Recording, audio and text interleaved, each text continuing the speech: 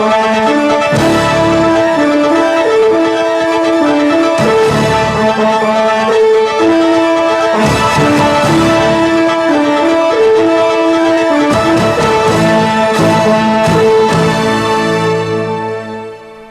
muy buenas tardes, bienvenidos al Noticiero del Mediodía. Hoy es 29 de enero del año 2021. Comparta con nosotros la próxima hora de informaciones. ¿Cómo está, Froilán? ¿Qué tal, Diana? ¿Qué tal, amigos? En efecto, es viernes y, como de costumbre, comenzamos presentándoles nuestros titulares. Analiza Díaz-Canel en Guantánamo acciones en el enfrentamiento a la COVID-19 y la implementación de la tarea ordenamiento.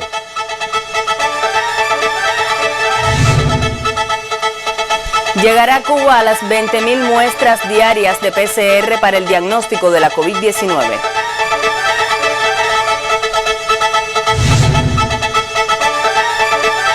Alerta en Naciones Unidas y Programa Mundial de Alimentos sobre riesgo de crisis nutricional por la COVID-19.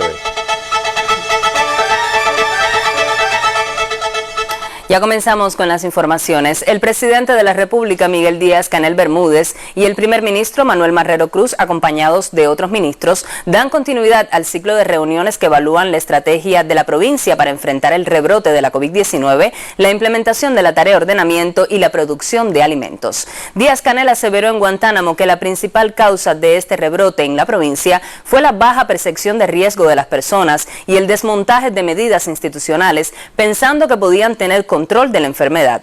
Expresó que el sistema de atención primaria debe consolidarse en la provincia y llamó a velar por la responsabilidad y el cumplimiento de las medidas. El viceprimer ministro Roberto Morales Ojeda recalcó que la COVID-19 es una enfermedad que no admite descuidos y llamó a elevar la vigilancia y la prevención. Por su parte, el primer ministro reflexionó sobre la tarea de ordenamiento en el territorio y destacó la necesidad de priorizar la atención a los núcleos vulnerables a partir de un diagnóstico exhaustivo, sobre todo en Baracoa y Caimanera, donde hay inconformidades. Más detalles sobre esta reunión en la emisión estelar.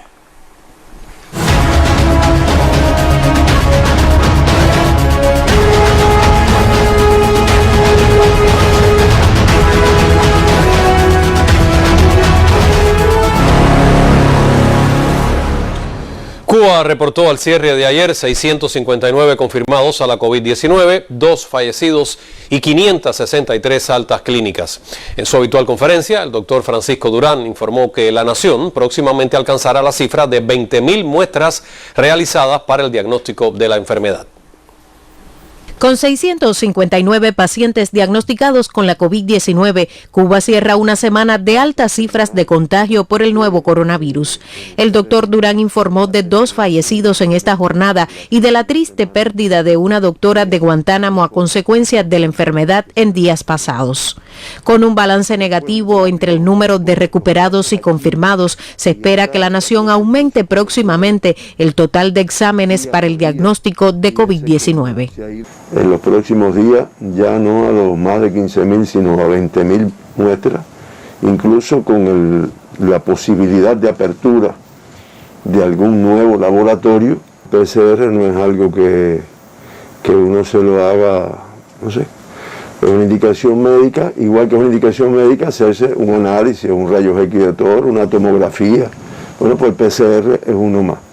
Es una indicación médica que es costosa y por lo tanto no se puede abusar de ella. Eso tiene sus indicaciones: contactos de casos positivos, contactos de casos sospechosos después que se confirman, personas diagnosticadas con la enfermedad en su evolución hasta que se logre, después de la alta clínica, el alta epidemiológica, ya estando en ingreso domiciliario, viajeros al arribo del aeropuerto, viajeros al arribo al quinto día de estar en nuestro país. Las provincias de La Habana, Santiago de Cuba y Ciego de Ávila mostraron las mayores cifras de confirmados.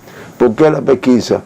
Primero, porque te encuentras personas que no le dan importancia a la sintomatología que tienen y entonces no acuden al médico.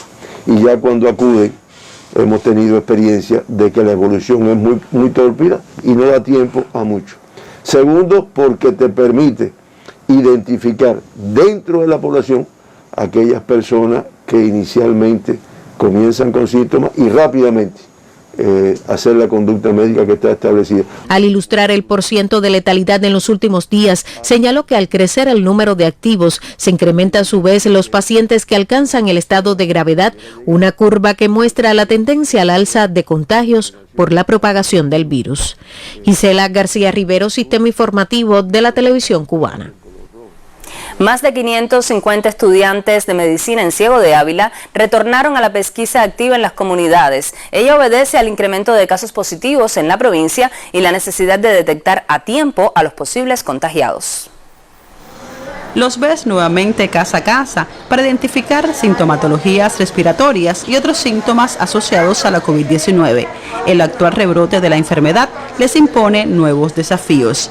Liliana Sánchez Pérez, junto a sus compañeros de tercer año de medicina, regresa al consultorio número 40 del área norte en el municipio de Ciego de Ávila. Antes de salir a la pesquisa, la doctora nos recuerda acerca de los protocolos de bioseguridad que debemos tener en cuenta para preservar nuestra salud, como el uso del nasobuco, la solución desinfectante y el distanciamiento social. Luego de esto, entonces, nos dirigimos a la pesquisa para identificar los posibles casos de COVID que pudieran haber en la zona, sobre todo los relacionados con los síntomas respiratorios y la presencia de fiebre, tos, dificultad respiratoria, expectoración, secreciones, las alteraciones del gusto y del olfato que son muy frecuentes en este virus que ahora nos está afectando.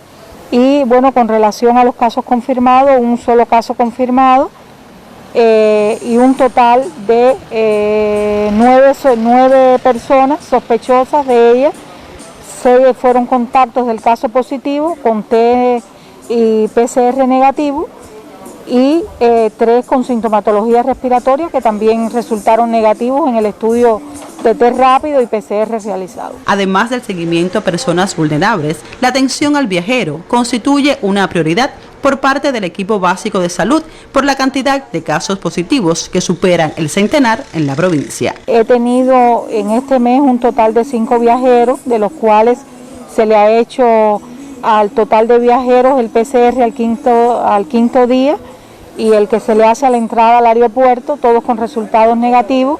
Se ha mantenido cumpliendo la cuarentena, las condiciones en el hogar y todos han resultado negativos.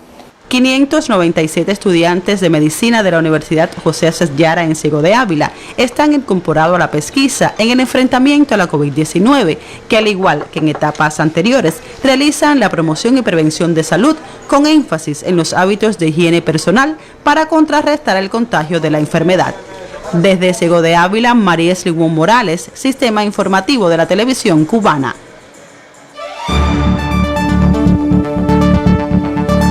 Cada 29 de enero, Cuba celebra el Día del Trabajador Ferroviario.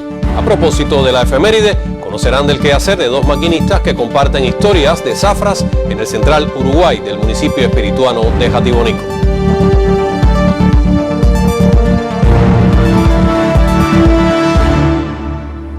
Continuamos ahora con otras informaciones. El 13º Congreso Nacional del Partido Comunista de Vietnam aprobó este martes la cantidad de miembros que conforman el Comité Central.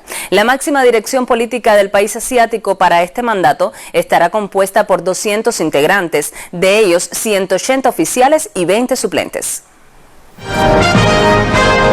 La decisión fue adoptada en la tercera jornada de trabajo de la magna cita partidista, que tiene lugar en el Centro de Convenciones de Hanoi. En la sesión se escuchó el informe del Comité Central acerca del trabajo del 12º mandato y los participantes continuaron debates sobre los documentos partidistas, los cuales definirán las pautas del desarrollo del país en los próximos 5 años. Según el reglamento del Buró Político, los miembros del órgano rector del partido deben cumplir los requisitos sobre el temperamento político, la ética, la responsabilidad, con capacidad de liderazgo y respuesta de manera oportuna y efectiva a situaciones inesperadas. Mientras, los integrantes suplentes necesitan ser cuadros jóvenes que básicamente cumplan con los estándares de los miembros de ese órgano rector y se incluyan en la lista de reservas para ocupar funciones de miembros del Comité Central y los dirigentes clave en las provincias, ciudades, ministerios y organizaciones estatales. El documento fue presentado por el miembro del Buró Político y jefe de la Comisión de Organización del Comité Central del Partido Comunista de Vietnam, Pham Minh Chinh, en nombre del presidium del evento.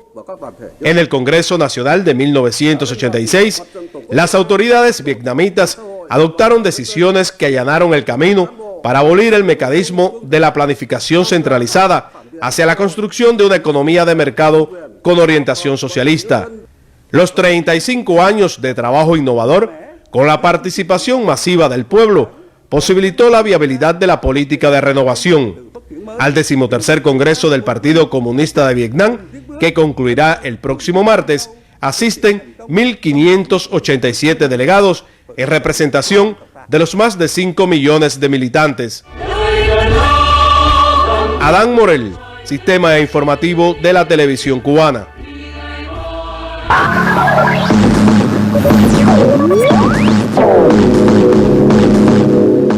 Buenas tardes.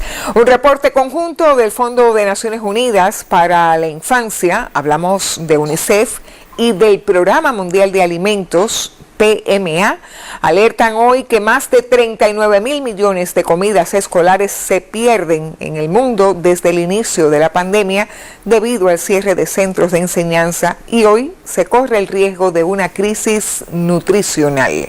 El informe detalla que esas pérdidas afectaron a unos 370 millones de niños a nivel global, pues muchos de esos menores de edad suelen depender de las comidas escolares como fuente clave de su nutrición diaria.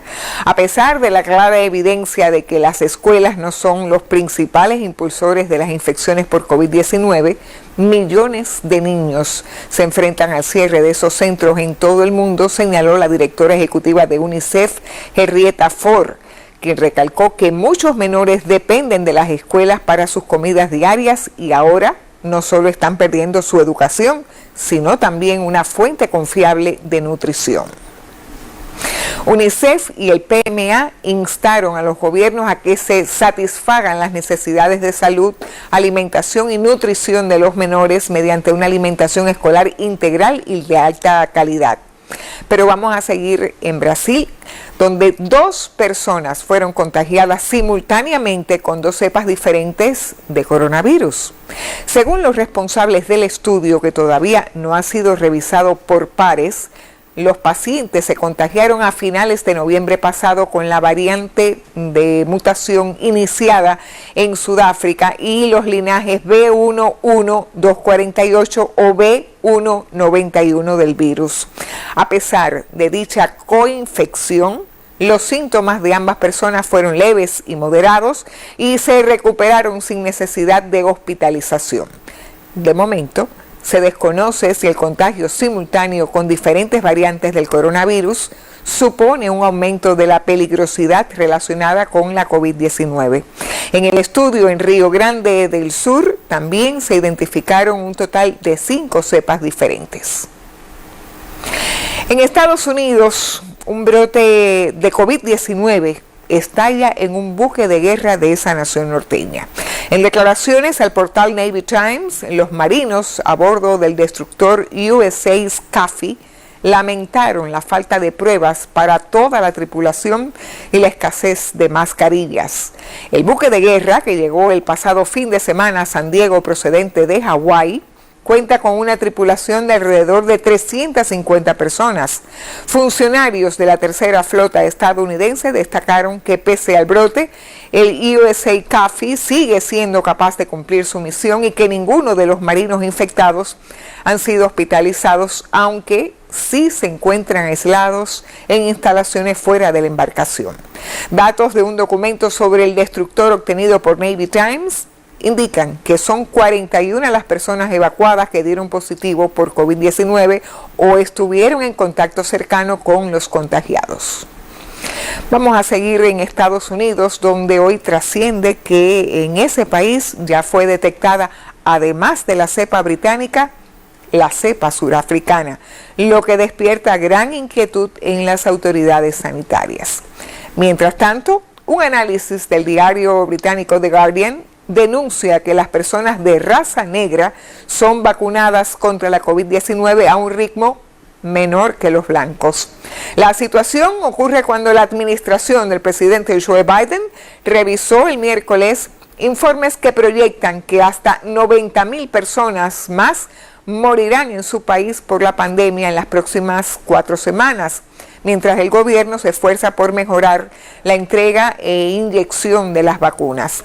The Guardian precisa que alrededor del 3% de los estadounidenses recibieron ya al menos una dosis de la vacuna contra la enfermedad, pero en 16 estados que publicaron datos por raza, los blancos son vacunados en tasas significativamente más elevadas que los negros, según el análisis, en muchos casos 2 o 3 veces más. Y quiero terminar con un tema científico. El Centro Nacional del Hielo en Estados Unidos alertó hoy sobre una nueva fragmentación del iceberg gigante A68A en el sur del Océano Atlántico. Según la fuente, la nueva porción no fue nombrada todavía, pero ya es conocido que mide 53 kilómetros de largo y 18 de ancho. Desde 2017, el iceberg viajó miles de kilómetros desde la plataforma de hielo Larsen C en la Antártida, y los expertos aseguran que en el presente verano austral, la gran isla flotante aceleró su desintegración. Así termino. Continúen ahora con otras informaciones.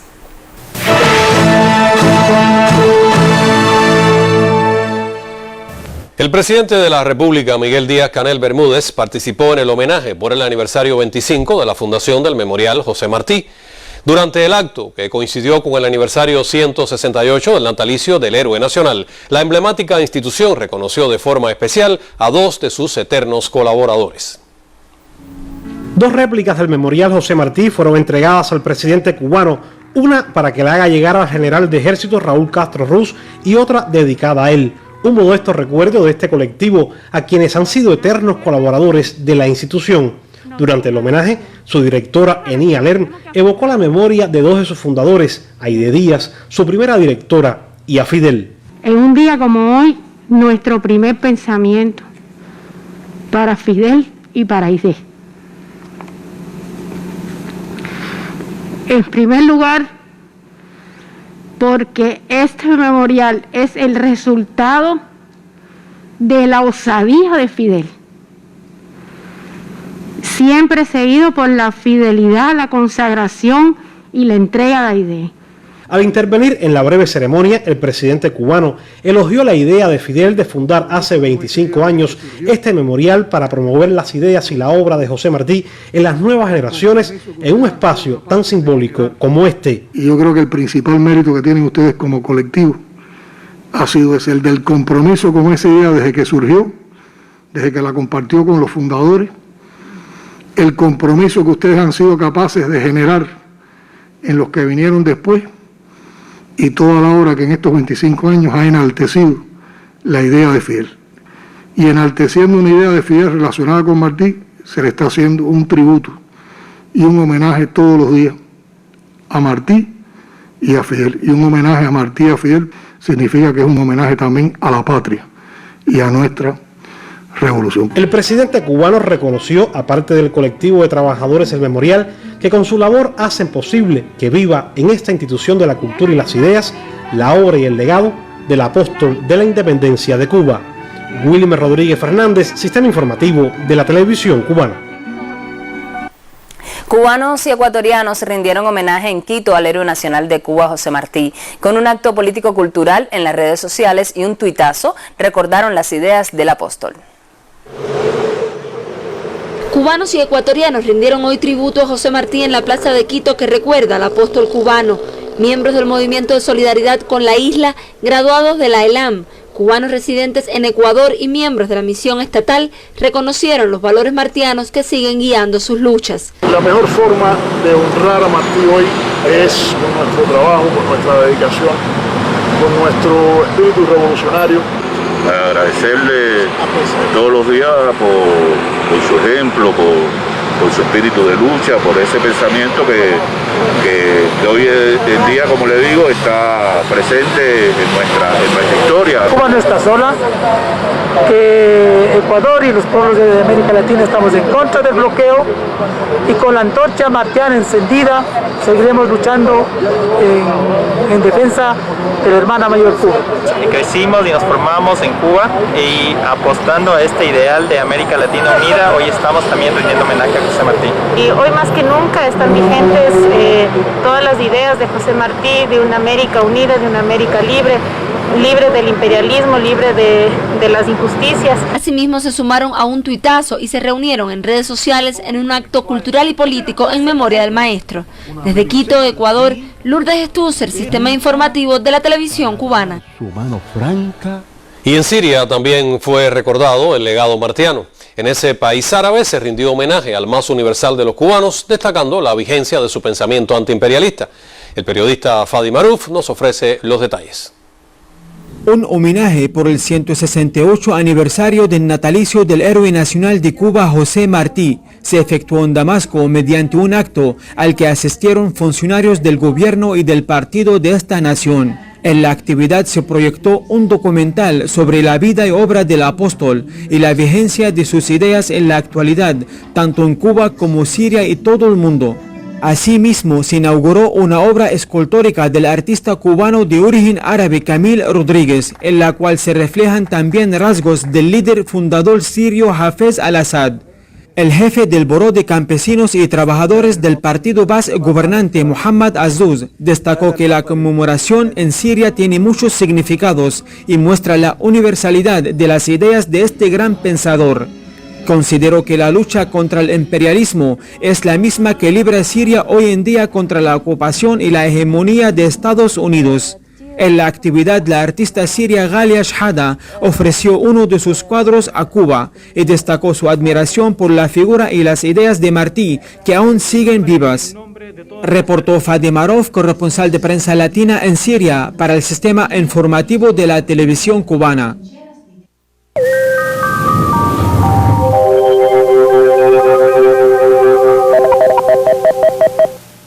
Muy buenas tardes. Condiciones invernales influyen en gran parte de Cuba porque en las provincias orientales también está llegando algo de ese aire frío, un aire que desciende a través del continente e impone un descenso marcado en las temperaturas. Esta madrugada, por ejemplo, resultó fría en occidente y centro con temperaturas entre 13 y 16 grados Celsius. El valor más bajo, al menos en la red de estaciones meteorológicas, se reportó en Tapaste, en la provincia de Mayabeque, con 10.5 grados Celsius. Ese aire está influyendo en nuestro país luego del paso del frente frío número 9 de esta temporada invernal, un sistema que desde ayer transitó sobre todo el territorio nacional y a su paso solo generó aislados chubascos y lluvias y con acumulados muy poco significativos. En estos momentos el frente se localiza al norte de República Dominicana y Haití y por tanto los vientos del nordeste que ahora mismo están influyendo en todo el territorio nacional traen nublados desde el mar hacia zonas de la costa norte, sobre todo de centro y oriente, donde son posibles aislados chubascos y lluvias. Es por eso que en la tarde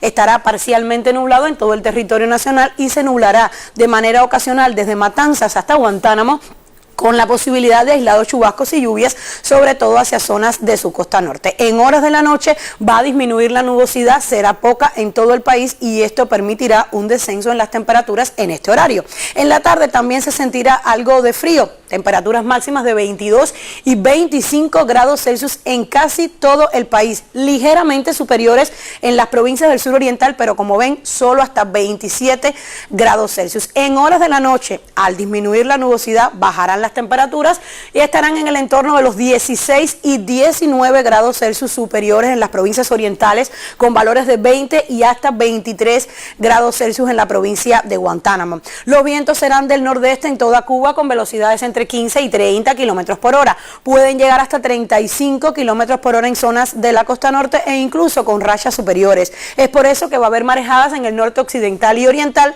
y oleaje en el resto de nuestras costas. Así que ya usted sabe, una jornada con ciertas condiciones invernales en toda Cuba. Hasta aquí el tiempo, gracias por la compañía. Recuerde cuidarse mucho y tenga buen día.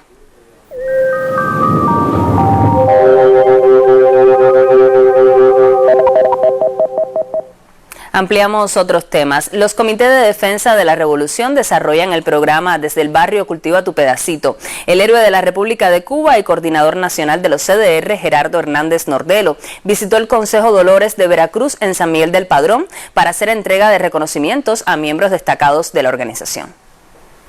Junto a familiares, vecinos de la localidad del Consejo Popular Dolores de Veracruz del municipio de San Miguel del Padrón, se le hizo entrega de la regadera, símbolo de buena cosecha, al productor Rogelio Grimón Hernández y de la distinción 28 de septiembre a la enfermera Neyi Cabrales Magañas por su labor en el enfrentamiento a la COVID-19. Esta parte que ustedes ven acá, hasta hace muy poco, era prácticamente un vertedero, se limpió con la ayuda de vecinos, está produciendo alimentos, y quisimos reconocerlo con la entrega de una de estas regaderas, Cultiva tu pedacito, y al mismo tiempo hemos entregado la distinción 28 de septiembre a una cederista que además es una enfermera destacada que ha estado en la primera línea de combate en la lucha contra la COVID. La producción de alimentos en los espacios disponibles, como hogares, patios y parcelas, constituyen hoy una de las múltiples tareas que impulsan los comités de defensa de la revolución en momentos en que la pandemia de la COVID-19 genera una crisis económica y alimentaria a nivel global, de la cual Cuba no escapa. No se trata del solo hecho de tirar unas semillas y recoger un producto que ya de por sí eso sería positivo, ¿no? Se trata de la unidad entre los vecinos, del accionar en conjunto, de los gestos solidarios de intercambiar productos, de compartir productos. Un programa que estimula la cosecha de alimentos y la cría de animales para un mejor balance alimentario de la familia y hasta podamos ayudar a los vecinos de la comunidad. Marixa Rodríguez, Sistema Informativo de la Televisión Cubana.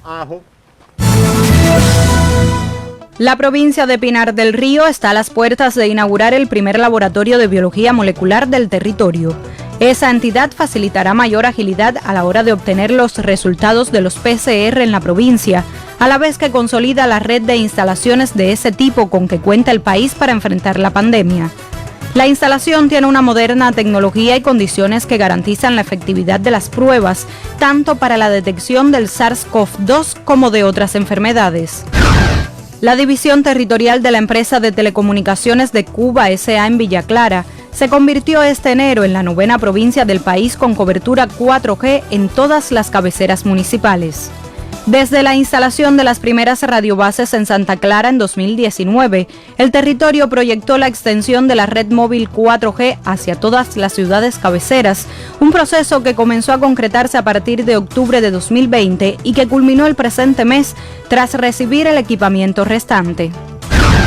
La División Territorial Comercializadora de Combustible Cupet en Holguín incorporó a sus prestaciones una nueva alternativa de pago para adquirir el gas licuado de 10 kilogramos a partir del uso del comercio electrónico desde la plataforma en zona. El punto de venta de la comunidad Hermanos Aguileras fue seleccionado para realizar la prueba piloto en el sistema de pago, al ofrecer esa unidad la posibilidad de estar ubicada en una zona donde la mayoría de sus habitantes poseen tarjetas magnéticas. El Centro de Convenciones Plaza América de Varadero reabrirá su área comercial el próximo 1 de febrero tras una reparación capital. Plaza América está integrada por un inmueble de 2 plantas que en su parte baja cuenta con tiendas, cafeterías, restaurantes y otras facilidades, mientras que en el nivel superior dispone de 7 salas, incluido salón plenario con capacidad total para 1.500 personas. Además, prosigue el alistamiento de los demás servicios para la Feria Internacional de Turismo FitCuba 2021. Wendy Rodríguez Contino, Sistema Informativo de la Televisión Cubana. Y ya le adelantábamos, cada 29 de enero se celebra el Día del Trabajador Ferroviario en Cuba. Un día como hoy, pero del año 1975, se concluyó el primer tramo de la línea central. Y este es el motivo por el que se estableció la fecha. A propósito de la efeméride, un equipo de prensa nos acerca a la historia de un padre y su hijo, ambos maquinistas de locomotoras, en el Central Uruguay del municipio de Jatibonico. Como cada jornada de trabajo se impone antes de la salida a la revisión técnica. Solo después de darle el visto bueno, la locomotora 38219 se encuentra lista para echar a andar sobre raíles. Sus maquinistas, un dueto familiar de padre e hijo, construyen juntos historias de zafras en el Central Uruguay. Lo llevo en la sangre. Esto, los ferroviarios llevan, como decimos vulgarmente, un bichito que nos coge la sangre y que no nos podemos deshacer de él después. ¿Ves? Tengo a mi hijo, que es mi auxiliar de maquinista hoy por hoy, que desde que era un niño comparte conmigo algún que otro viaje cuando he podido sacarlo, porque no se permite en el ferrocarril circular con personas ajenas a la tripulación, pero yo educándolo siempre en el sector de lo que es el ferrocarril, porque también le gusta y también lo lleva en la sangre. Ya hoy por hoy es mi auxiliar de maquinista, por lo que estoy muy contento. Por más de 40 años, Pedro se ha desempeñado como maquinista, años en los que recuerda cuando participó en la evacuación de Jatibonico ante la amenaza de la presa Lebrige. Cuando peligraba todo nuestro pueblo y evacuar a la mayoría de nuestro pueblo hacia lugares seguros con una locomotora por el ferrocarril, donde incluso aparezco en el libro de Firmeza y Confianza editado por nuestro comandante en jefe Fidel Castro, de lo cual para mí es un orgullo. Padre e hijo comparten experiencia y juventud en cada tramo de línea. Andar en un viaje como eres, como andar con el libro de la vida. Todo, eso es todo lo enseña. Me lo enseña todo, cómo se debe andar, lugares donde puedo pitar, donde puedo hacer una reducción. Me lo dice todo. Es el libro de la vida. Desde Santi Espíritus, Marcos Cejas Becker, Sistema Informativo de la Televisión Cubana. La revista Antorcha fue la publicación que se dedicó a divulgar el patrimonio ferroviario de nuestro país a mediados del pasado siglo. A propósito de la fecha, le proponemos el siguiente material que nos acerca a la historia de esa gaceta. Esta es una de las portadas de la revista Antorcha, publicación del pasado siglo dedicada a la divulgación del patrimonio ferroviario cubano y cuya sede radicaba en tierra camagüeyana. La revista fue una solución novedosa para el vínculo entre el desarrollo ferroviario y la historia cultural de Camagüey entre 1943 y 1961. Para ella escribieron relevantes intelectuales, periodistas y científicos de la época y destacaba por su calidad visual y de formato. Por la necesidad del ferrocarril como medio de comunicación y vía de crecimiento económico, fueron las temáticas agrarias y económicas las más tratadas en la revista Antorcha. A estas se sumaron materiales relacionados con el turismo y el desarrollo industrial, crónicas sobre la vida ferroviaria o de corte social, noticias y temas deportivos. Sobresalen en sus páginas los artículos del Camagüey antiguo y legendario, dirigidos a las tradiciones, acontecimientos y lugares históricos del territorio. Entre sus secciones más atractivas se encuentran anécdotas en el andén, con relatos breves generalmente humorísticos que tenían como escenario la estación ferroviaria. También resultan interesantes secciones como veteranos del carril, mentes premiadas, enfoques, panorama, unidas a otras de tipo gráfico, de humor y pasatiempos. Actualmente el Archivo de Gestión e Información de la Oficina del Historiador atesora 21 ejemplares y realiza una ardua labor de conservación y restauración para mantener a la revista Antorcha como un importante testigo material de la historia ferroviaria en Cuba. Desde Audiovisuales Príncipe de la Oficina del Historiador de la ciudad de Camagüey, Alejandro García Gutiérrez, Sistema Informativo de la Televisión Cubana.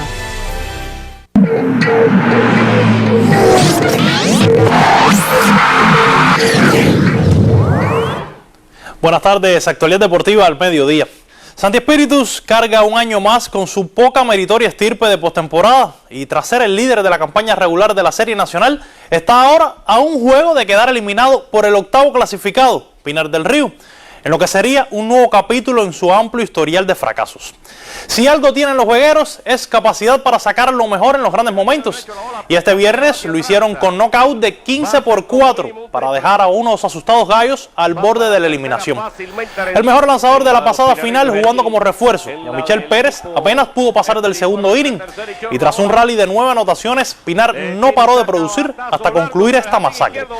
El equipo espirituano está en problemas y Eriel Sánchez tiene que buscar respuestas. Vladimir Baños se llevó la victoria con una buena salida apoyado por los 18 imparables de los vegueros, incluido jonrón de Jorge Rojas. En estos playoffs, Pinar está jugando sencillamente como Pinar y una remontada de Santi Espíritus parece improbable. Bueno, no llegan buenas noticias desde la burbuja. La Comisión Nacional informó esta mañana sobre nuevos ajustes del calendario de la postemporada debido a casos de COVID y estudios epidemiológicos en curso en los equipos de Cienfuegos y Santiago. Por lo tanto, los juegos de estos conjuntos contra Matanzas y Las Tunas, respectivamente, no se celebrarán hasta nuevo aviso. La nota de prensa informa de 2 nuevos casos entre los elefantes, un atleta y un entrenador, mientras que Santiago continúa pendiente de los resultados a los PCRs practicados ayer. La comisión afirma que continúa evaluando la situación imperante en ambas burbujas a fin de tomar una decisión puntual sobre el futuro de la postemporada. Y mientras tanto, uno de los atletas santiagueros recibió esta semana una buena noticia. Él sí, es un nuevo reto en su carrera. Se trata del joven Junior Tour que lanzará en el circuito panameño. Hace unos días conocimos que 6 peloteros cubanos participarán en la Liga Panameña. César Prieto, Heiser Cepeda, Luis Dani Morales, Josimar Cousin, Loidel Chapellí y Junior Tour incursionarán en la Liga Centroamericana. El cerrador santiaguero Junior Tour se probará por primera vez en una liga foránea. El contrato en Panamá va a ser una linda experiencia, ya que va a tener la oportunidad de jugar en otras ligas, que todo el mundo espera esa oportunidad. Y yo pienso que sea algo maravilloso, ya que voy a estar ahí en esa liga y va a ser algo diferente a la liga cubana y pienso que me vaya bien. En cuanto a su participación en los playoffs, comentó desde la burbuja en Cienfuegos. En el primer juego de playoff me sentí bastante bien, salí sin ningún tipo de presión, como si fuera un juego normal de campeonato, y salió el resultado. Excelentes noticias que dignifican nuestro deporte nacional. Brita García Alberteris, Sistema Informativo de la Televisión Cubana. Pasamos al fútbol. Esta mañana se sortearon los cuartos de final de la Copa del Rey de España. Y el Barça, en teoría máximo favorito al título tras las eliminaciones de Real Madrid y Atlético, evitó a los rivales más exigentes, pero sabe que tampoco lo tendrá sencillo, pues va contra el Granada. El equipo azulgrana ha sufrido ante equipos de categorías inferiores y esta semana tuvo que remontar con Messi en la cancha para poder eliminar en octavos al Rayo Vallecano de segunda. Por su parte, el conjunto andaluz ha crecido mucho en los últimos tiempos y viene de eliminar en octavos al Navalcarnero del defensor cubano Carlos Vázquez. Actualmente ocupa la 7ª posición en la liga, situado solo 3 puntos de puestos europeos. También se presume muy interesante el enfrentamiento entre el Betis y el Athletic Club de Bilbao, dos clubes que siguen trayectorias paralelas esta temporada, ya que ambos han dejado atrás las dudas iniciales a base de encadenar buenos resultados durante las últimas semanas. La otra eliminatoria netamente de primera división enfrentará al Levante contra el Villarreal. Por último, el Sevilla se medirá con el Almería, el último superviviente de la segunda división. Y luego de que hace una semana emergieran rumores sobre la posible suspensión de los Juegos Olímpicos de Tokio, las autoridades encargadas de la cita multideportiva vuelven a reafirmar su interés de celebrar la justa en 2021. Yoshihiro Mori, presidente del comité organizador del evento, así lo afirmó. Tras hablar con todos y preguntarles acerca de los Juegos Olímpicos, Thomas Bach nos ha asegurado que nadie duda ni ha presentado alguna objeción para que se celebren las Olimpiadas. Todos quieren que los Juegos de Tokio sean un éxito. Hay una propuesta para llevar a cabo en febrero una reunión con los ministros de Japón, el gobernador de Tokio, el comité organizador de los Juegos Olímpicos de 2020 y el señor Bach. Y en el Mundial de Balonmano Masculino de Egipto, bueno, pues hoy conoceremos a sus finalistas. Francia se mide a Suecia, mientras que España choca con Dinamarca en la otra semifinal europea. Ellos serán los finalistas de este torneo. Así finalizan los deportes. Continúen con más información general en el noticiero del mediodía. Así es, Andy. Muy buenas tardes para ti. Continuamos con otros temas. El Consejo Nacional de la Federación Estudiantil Universitaria sesionó en La Habana con la presencia del integrante del secretariado del Comité Central del Partido, Olga Lidia Tapia Iglesias, y el primer secretario de la Unión de Jóvenes Comunistas, Diosbani Acosta Brantes. La sesión plenaria del órgano de análisis y toma de decisiones de la FEU rindió homenaje a José Martí en el aniversario 168 de su natalicio. Recordar al héroe nacional en las actuales circunstancias es emocionante y comprometedor, señaló el primer secretario de la Unión de Jóvenes Comunistas. Lo vivimos desde que pudimos ver a miles de jóvenes y estudiantes reconociendo y homenajeando al apóstol desde los centros donde le están aportando al país, donde le están apostando al pueblo, donde están apostando por la vida y por la salud de nuestro pueblo. El Consejo Nacional de la FEU sesionó en forma de videoconferencia con las provincias. En el debate en 5 comisiones de trabajo y los encuentros con organismos formadores se abordaron temas como la articulación del funcionamiento de la brigada y se esclarecieron inquietudes referidas al comienzo del curso escolar en las universidades. El análisis realizado señala que la Federación Estudiantil Universitaria ha tenido un crecimiento extraordinario ante los desafíos impuestos por la pandemia, señaló Olga Lidia Tapia Iglesias. Ha demostrado también capacidad de la organización, pero también ha demostrado capacidad en los organismos formadores para poder organizar un complejo entramado de procesos sustantivos para mantener con vitalidad el proceso docente educativo. Y se ha logrado, o sea, es una experiencia importante donde han participado de manera activa nuestros estudiantes, nuestros profesores, nuestros equipos de dirección. Igualmente, la dirigente partidista dijo ver con orgullo cómo los estudiantes universitarios han adquirido poder de convocatoria, capacidad movilizativa, organizativa y cómo ha funcionado su organización. Sin Castillo, Sistema Informativo de la Televisión Cubana. Cada día la señal del canal educativo lleva las actividades docentes televisivas a los estudiantes de los territorios que hoy se encuentran en fase de transmisión autóctona limitada, excepto La Habana, el municipio Pinar del Río y 3 municipios de Ciego de Ávila, quienes la reciben a través de sus telecentros. Desde casa, los niños, adolescentes y jóvenes continúan sistematizando contenidos con esta programación. Desde las 9 de la mañana, el canal educativo comienza esta programación escolar, a través de la cual los estudiantes de los territorios en fase de transmisión autóctona limitada pueden continuar el proceso de aprendizaje desde casa. Con una duración de 30 minutos, estas actividades televisivas incluyen ejercicios demostrativos y orientaciones para los estudiantes y la familia, de manera que se puedan cubrir los contenidos esenciales de cada asignatura y grado. Tratamos siempre de orientar actividades que ellos pueden estar realizando durante toda la semana, actividades encaminadas a que utilicen su libro de texto, que es el que está al alcance de todos ellos. Es irle dando orientaciones, modelos, modos de hacer para que desde su casa, con los familiares, puedan irse preparando y no pierdan el tiempo. De lunes a viernes, esta programación llega a los estudiantes de todos los niveles de enseñanza, desde la primera infancia hasta la formación pedagógica. Un equipo de especialistas del canal educativo y docentes del Ministerio de Educación trabajan intensamente para que niños, adolescentes y jóvenes reciban los contenidos necesarios. Ha sido un trabajo conjunto, se han fortalecido las relaciones de trabajo, ya realmente somos una gran familia, el Ministerio de Educación y los trabajadores del canal educativo, y es muy importante también reconocer el compromiso de ambos colectivos. El canal educativo transmite actualmente las actividades docentes televisivas para los estudiantes de los territorios que hoy se encuentran en fase de transmisión autóctona limitada, excepto La Habana, 3 municipios de Ciego de Ávila y el municipio Pinar del Río, que las reciben a través de sus telecentros. Ciego de Ávila hemos grabado 55 clases en tiempo récord para poder nivelar sus territorios. Estamos hablando de Majagua, Ciego de Ávila y Morón. Estos estudiantes que ya al concluir esta semana se nivelan sus conocimientos al resto del país. Por tanto, a partir del día 1 de febrero comienzan a visualizar las clases por el canal educativo normalmente con el resto del país. Convirtiendo cada hogar en su escuela, los pequeños de los territorios en fase de transmisión autóctona limitada continúan hoy el proceso de aprendizaje con la ayuda de la familia y de los teleprofesores. Yusilín Suárez Ogando, Sistema Informativo de la Televisión Cubana. En los minutos finales de este noticiero nos acercamos a la vida de Paulina Pedroso, la mujer que salvó de un envenenamiento al apóstol de todos los cubanos.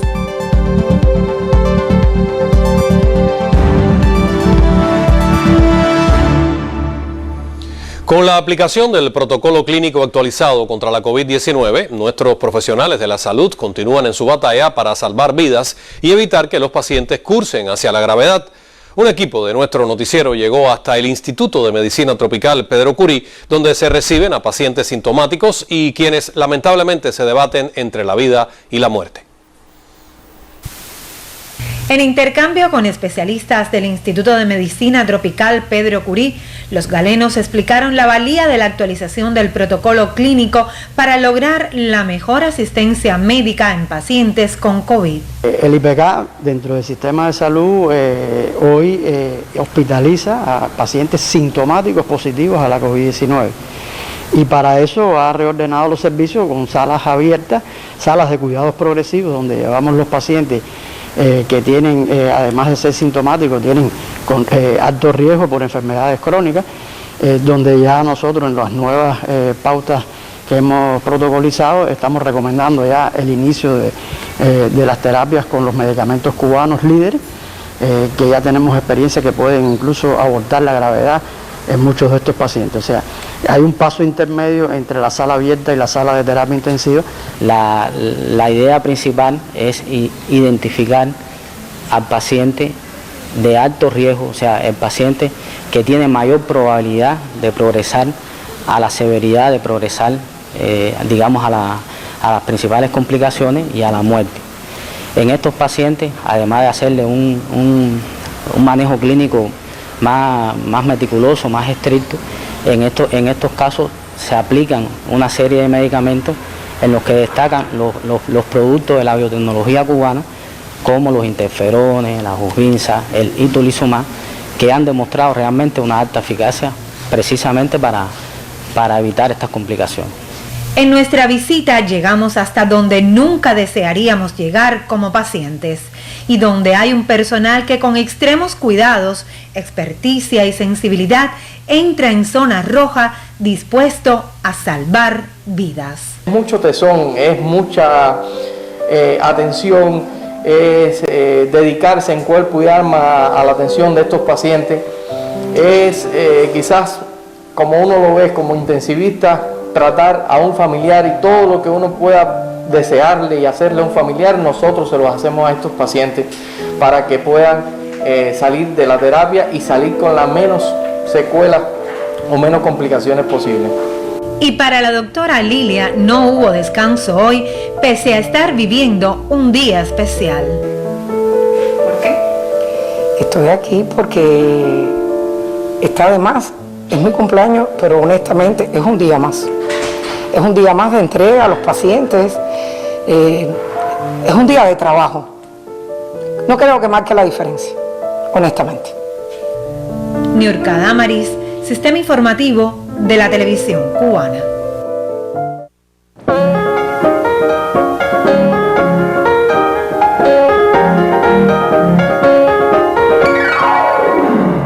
Buenas tardes. Una exposición colectiva en homenaje al natalicio del apóstol y en saludo al aniversario 25 del Memorial José Martí se exhibe en ese centro de tributo permanente al héroe nacional.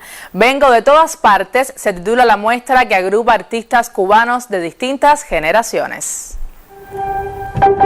Martí, como uno de los más preclaros símbolos de lo cubano, se representa en esta exposición colectiva. El artista Sandor González, a través de su proyecto Galería Transeúnte, convocó a un grupo de creadores que comparten su admiración por la vida, el pensamiento y el legado del apóstol. Y mi pieza se llama, por ejemplo, Mi ADN. Martí es parte de Cuba, un cubano que Martí está en la sangre de nosotros, en nuestra historia, y es uno de los cubanos más grandes que ha tenido esta tierra, además, universalmente. La muestra la integran obras de una veintena de artistas de distintas generaciones. Priman las piezas bidimensionales y la representación de la imagen del héroe nacional. Yo pienso que Martí fue un pensador con una fuerza interna muy fuerte. Y eso me ha llegado a mí desde la primera vez que yo me acerqué a la obra de Martí. Martí es el ejemplo que siempre deberían tener los cubanos en cada momento de la vida.